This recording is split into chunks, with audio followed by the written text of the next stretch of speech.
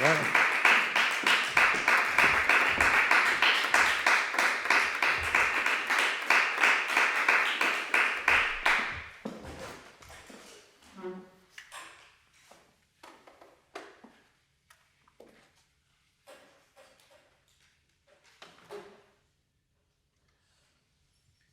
Are you playing through the whole movement?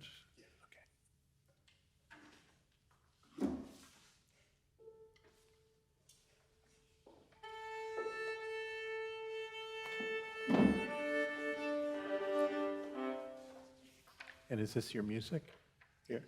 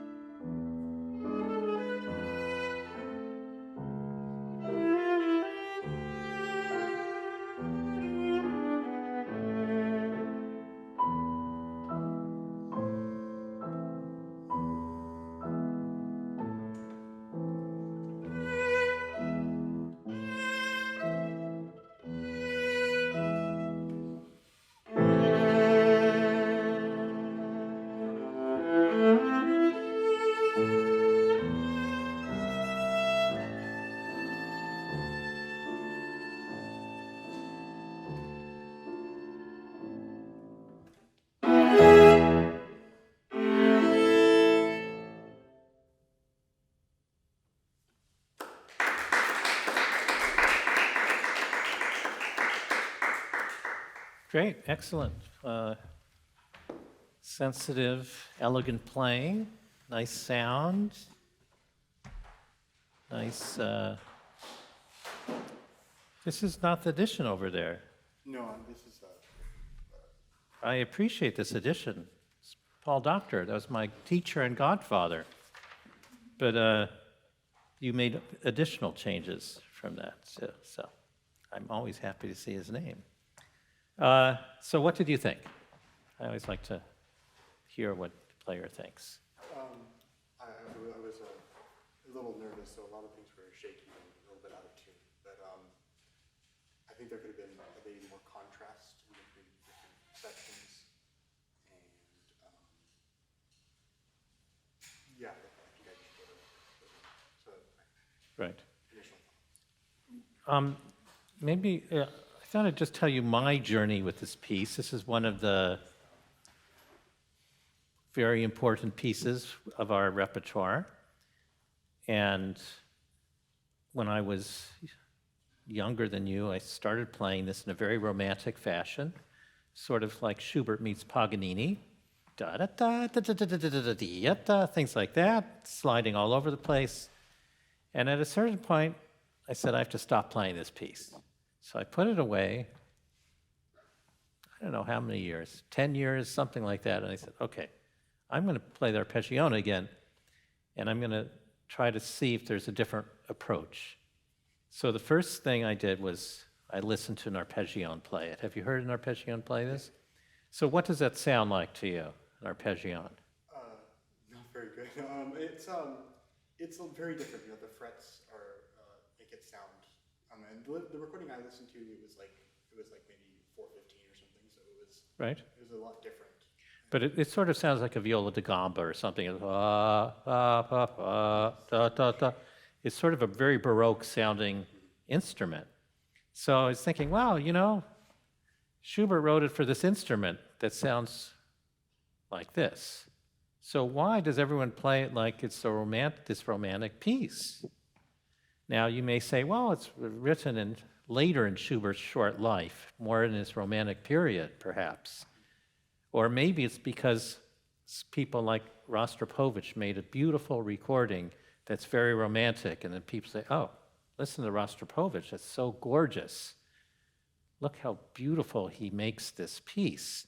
But he's doing a lot of, sliding and lots of freedom with the rhythms.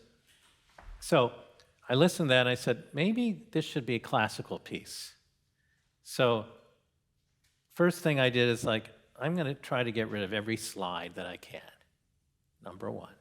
Number two, I'm going to go through this piece and figure out where are these places where everyone slows down, where it's not marked. Say, do I need to slow down there, or is it because these people do it? Sometimes you need a little time. Sometimes you just can't go straight ahead. You just need something to make it make sense. But I got rid of a lot of the traditional stuff that I decided, tradition, how does tradition happen? Someone takes a little time, you take a little time, and then 2 weeks later, you've done a little bit more, and it grows and grows, and this turns into tradition of yours, and other people listen, oh, it sounded so nice the way you played that. I'm going to take some time there, too. And they take more time. So that's how this is how traditions like that start. And you just say, well, is that a good tradition? What would Mr. Schubert think? We don't know. He might say, oh, I love it in a romantic style. So I can't say for sure, but the way I played, also I play everything as much as I can in the lower register to match the Arpeggione register. That's because when you're switching the octaves around, the problem is we can't go low enough on a standard viola. We can't play deep enough. So you have to make compromises. The question is, what compromises are you going to make? There's no perfect answer. You have to decide. For me, I decided, wait a second, it's meant to be in this low register. It matches with the piano. When you raise it an octave, the piano's not raising an octave. So that right there is an issue. And also, just like when it suddenly jumps up, maybe because I'm used to it in a certain way, it's like, oh, what's that about? Huh. So those were things I like to keep in mind as I'm playing now. Can I don't think I need this. Can I try your viola?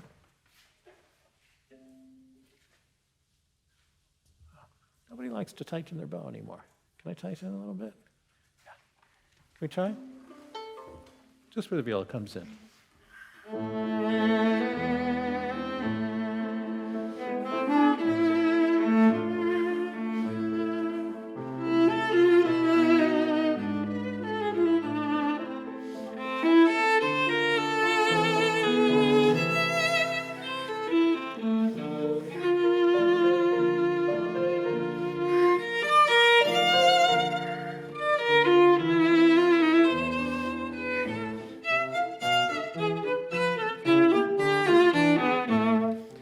It's a different way of looking at it. I'm not saying my way is right, but I'm also trying to do, I loved and adored Paul Doctor, but this is his edition.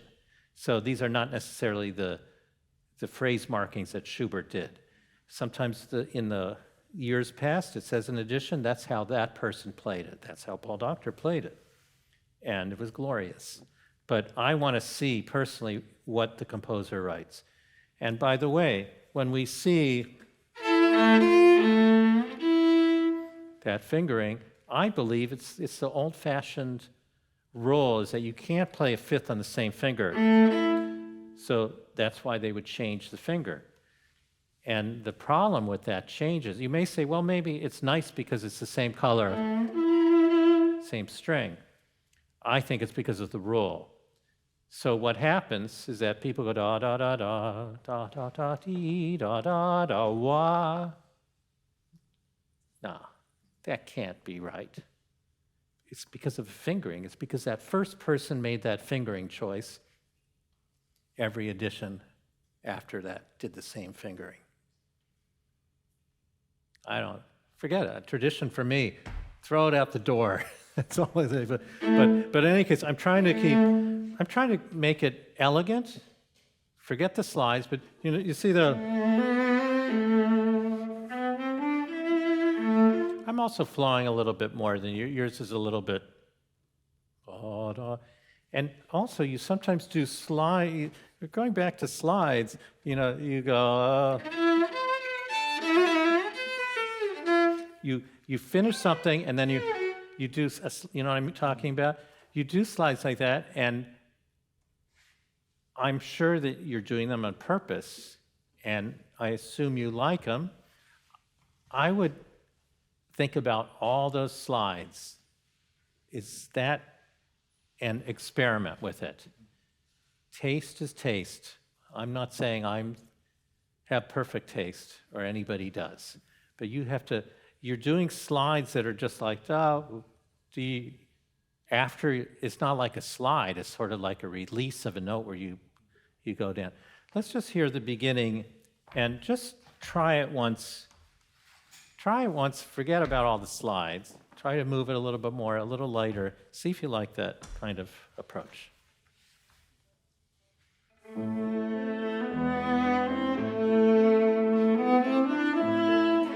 And just do me a favor, sing it for me. Da, da, da.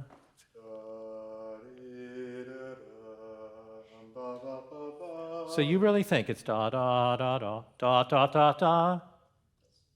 I don't know. For me, the phrase goes da, da, da, dee, da, da, da, dee, da, da.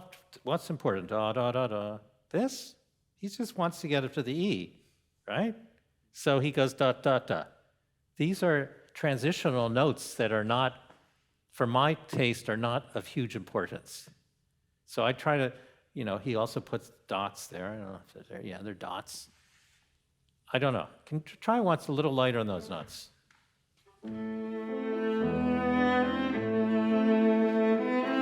Yeah, just bump, bump, bump, bump. Yes. And this I was noticing too. The rests are as important as the notes. if you don't make a rest a rest, like you did right now, you da da da da da da da da, you're not doing what it says. Same thing happened at the end. You went da da da da da da, and you're leaving the bow on the string, and the bow's making noise. I'm not saying you go da da da da, da. Of course not. But just to be aware that, sorry, I'm going to jump to the end. But if you go,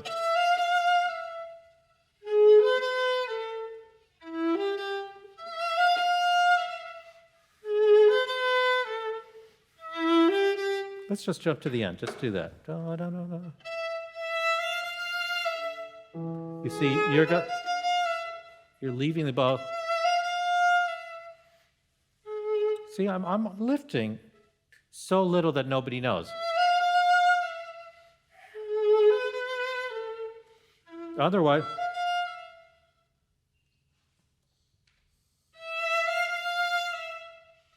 yeah, but also at the same time, we can't stop the sound.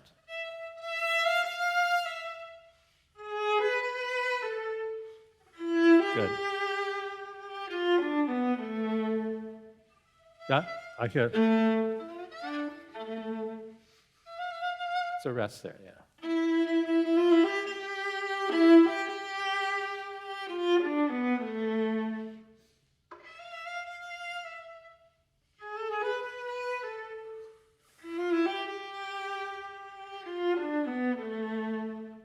Okay, good. I think you get the point. So let's go backtrack now to the beginning one more time. You can play together.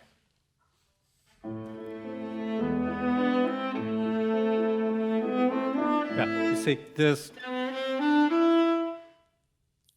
it seems heavy and too important. Can I do it with you?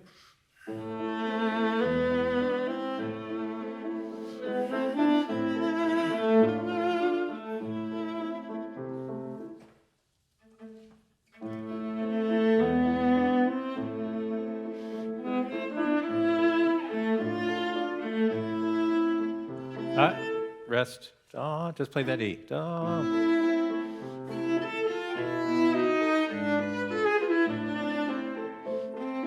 Yeah, you don't have to anything like that. It's just, we don't want anyone to know that we're lifting the bow. Some things are better left not to be seen. Lifting the bow for something like that is like, what is that person doing? We don't want to see that because it looks funny. So you just practice, like, how little would I need to lift? And making sure that the sound doesn't stop.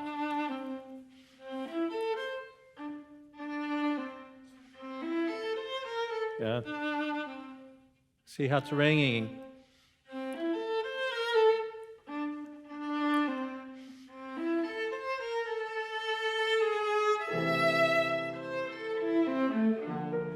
Good, but the reason for my ridiculous fingering is to hide the shift.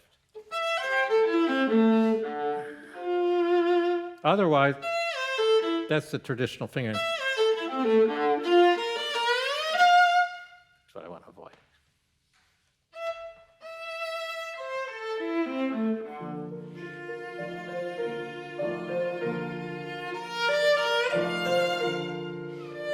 So there, you want. So you have to say to yourself, do I love that? I mean, what does it sound like? Dee, da, da, da. I'm not sure what it sounds like. I'm not sure, is that a shift? Is that a slide? I'm not sure. But I hear.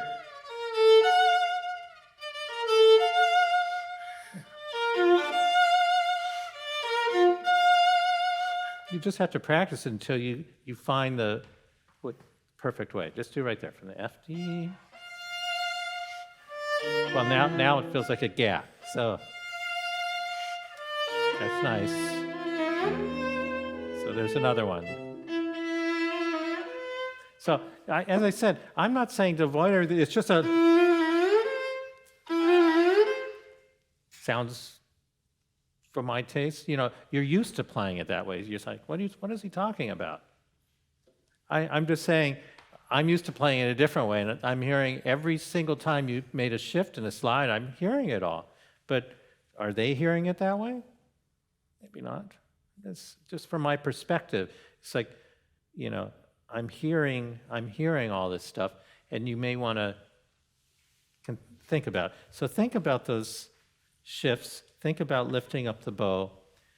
When you're playing, you're a bit like this. It would be nice.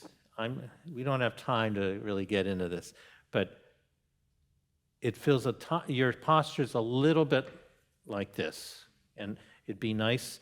I'm not saying you should be anything like this, but in Reader's Digest version, I want this thing. See how I'm moving this around? This is a piece of wood. This is not natural what I'm doing. It sort of looks natural, right? It's not. I'm pretending to make this look natural. And then I'm pretending that this is all natural. This is not. I want it to seem that way, and my posture is like this. So everything I do is like this.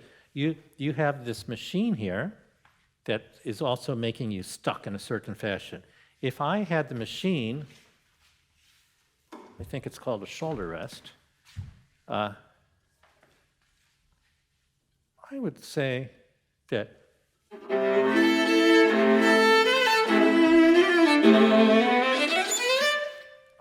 you can move this around. You know what I mean? It shouldn't be like, I'm stuck here because that's where it feels comfortable. You're allowed to lift it up.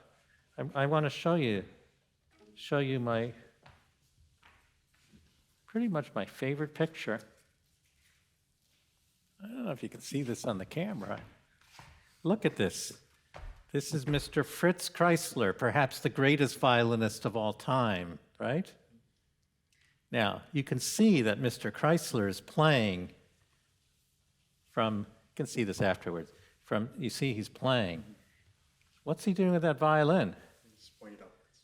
It's not only pointed upwards. How's he holding it?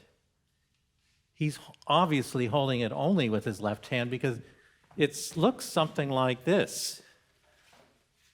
It's just remarkable. And it's like, how are you playing?